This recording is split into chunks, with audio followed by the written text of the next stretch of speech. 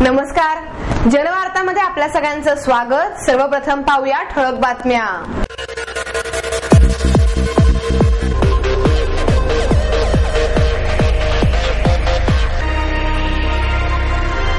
रंगांचा सण असणाऱ्या होळीसाठी फुगे, रंग आणि पिचकाऱ्यांनी बाजारपेठा रंगल्या। पहिल्या विश्वचषक महिला कबड्डी स्पर्धेत भारताला विजेतेपद।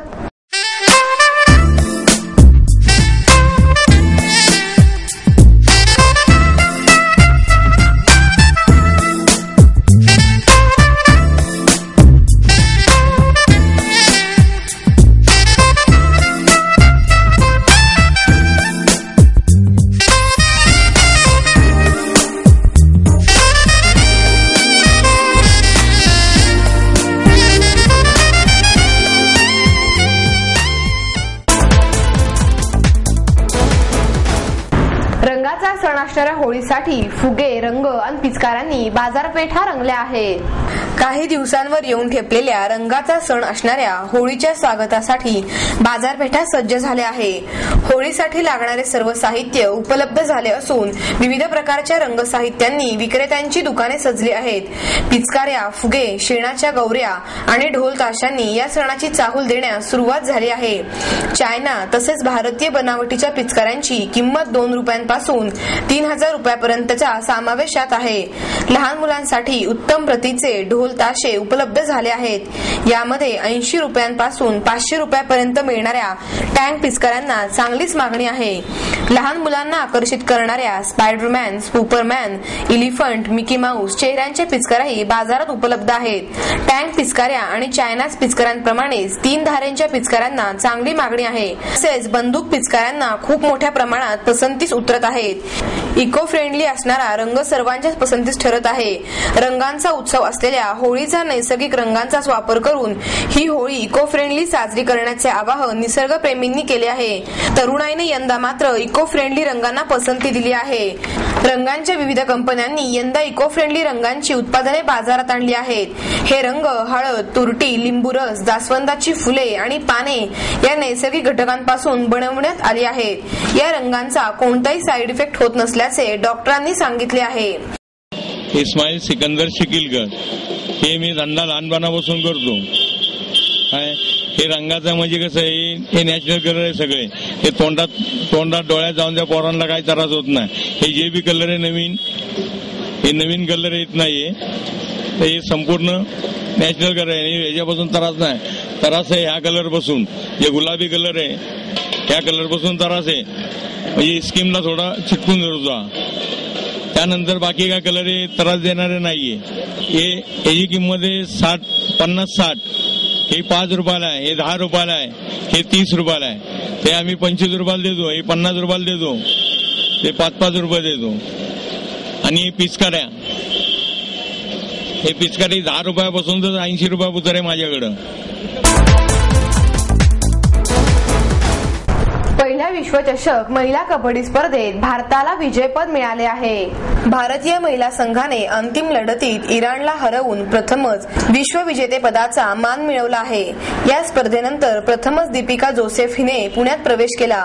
यावेळी शहरातील क्रीडापटू, क्रीडा संघटनांसह नागरिकांनी लोहगाव विमानतळावर तिचे जंगी स्वागत केले।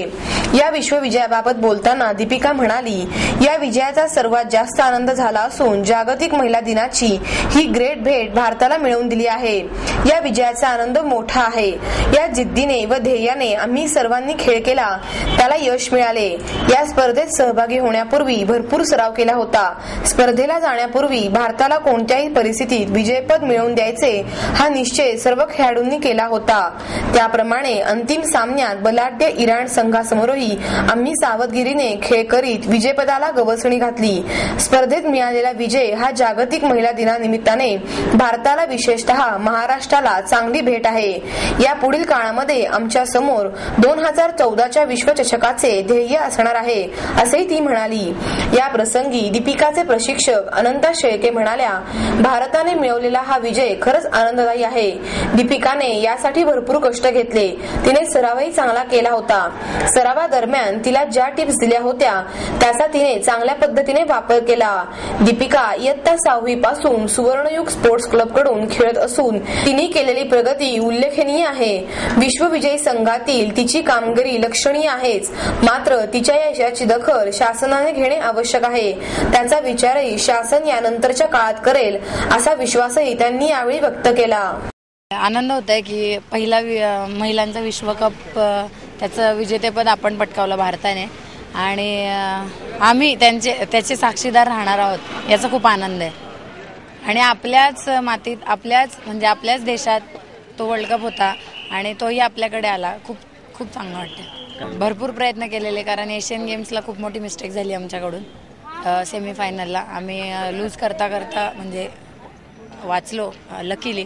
तर यावेळेला आम्ही जे शिबिर केले ते पूर्ण त्याच्यावरतीच आमचं हे होतं की यावेळेला ते मिस्टेक्स नाही करायचे आणि पूर्ण आमचं म्हणजे टार्गेट तेच होतं की फक्त वर्ल्ड कप. दडपण घेतलं नव्हतं, कारण चायनाला आमचं तेच झालं. आम्ही दडपण म्हणजे प्रेशरमध्ये खेळलो, त्याच्यामुळे म्हणजे ती टीम काही नसून आम्ही म्हणजे इतकं ह्याने टाईट फायटिंग करावी लागली. पण यावेळेला आम्ही अगदी फ्री होतो आणि फक्त एवढंच होतं की इराणला बीट करायचं बस. बिन खेळाडू कबड्डीत येण्यासाठी आता ते बघतातच आहे की कबड्डीत पहिलं असं होतं की कबड्डीला ग्लॅमर नव्हतं किंवा कबड्डी हा गावातला खेळ किंवा असं काही होतं. पण आता क्रिकेटपेक्षा 40,000 पब्लिक पहिल्या दिवशी तिकडे होतं वर्ल्ड कपला. तर न्यूजमध्येही असं आलेलं की क्रिकेटला कधी इतकं पब्लिक पहिल्या दिवशी म्हणजे कधी दिसलं नाही, ते कबड्डीला पहिल्या दिवशी आले. तर मग आता हे सगळं दिसतंय, तर मुलींनी बघितलं पाहिजे. कारण एवढं समजतात की कबड्डीला ग्लॅमर नाही. आता कबड्डीपेक्षा ग्लॅमर कुठल्या गेमला आहेत मला ते सांगा असं. अक्षरधारा आणि आयसीआयसीआय म्युच्युअल फंडच्या वतीने गुंतवणुकीचे पर्याय या विषयावरील व्याख्यानाचे आयोजन करण्यात आले.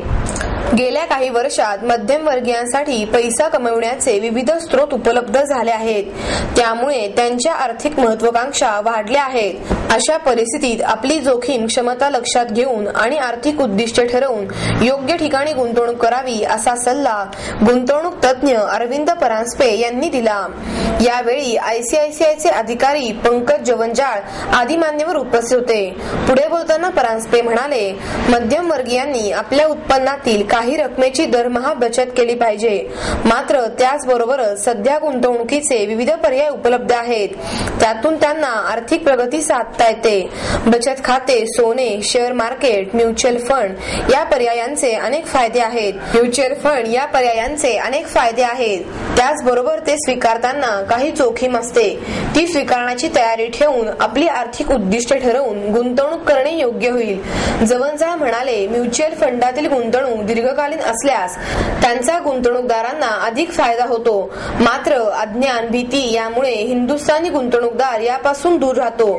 त्याचा फायदा परदेशी गुंतवणूकदार घेत आहेत, त्यामुळे आपण योग्य पर्याय शोधून गुंतवणूक करावी.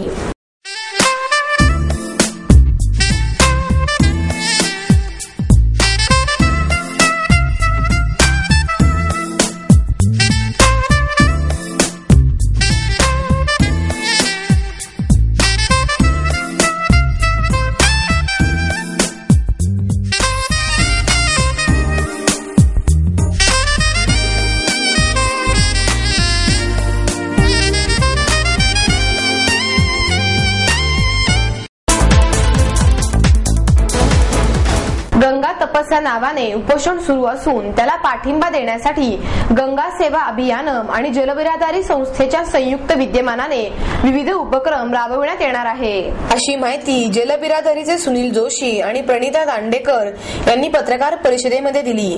गंगा नदी वाचवण्यासाठी केंद्र सरकारने 3 वर्षापूर्वी राष्ट्रीय गंगा नदी प्राधिकरणाची स्थापना केली असली तरी ती अद्याप पूर्ण कार्यक्षमतेने कार्यान्वित झाली नाही. या मागणीसाठी या उपोषणाला 14 जानेवारी 2012 पासून गंगासागर येथे सुरुवात करण्यात आली आहे. 15 जानेवारी ते 7 फेब्रुवारी दरम्यान माघ मेला प्रयाग येथे अन्नत्याग करण्यात आला.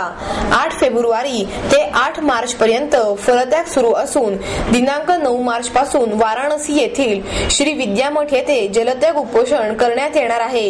या उपोषणाला महाराष्ट्राच्या जनतेचा पाठिंबा मिळावा या हेतूने या दोन्ही संस्थांच्या वतीने राज्यभर मोहीम आखण्यात आली आहे। त्यामध्ये प्रत्येक जिल्ह्यात चर्चासत्र आयोजित करण्यात येणार आहे। या गंगा नदीबाबतची असलेली चित्रफीत तसेच माहिती नागरिकांना सांगण्यात येणार आहे।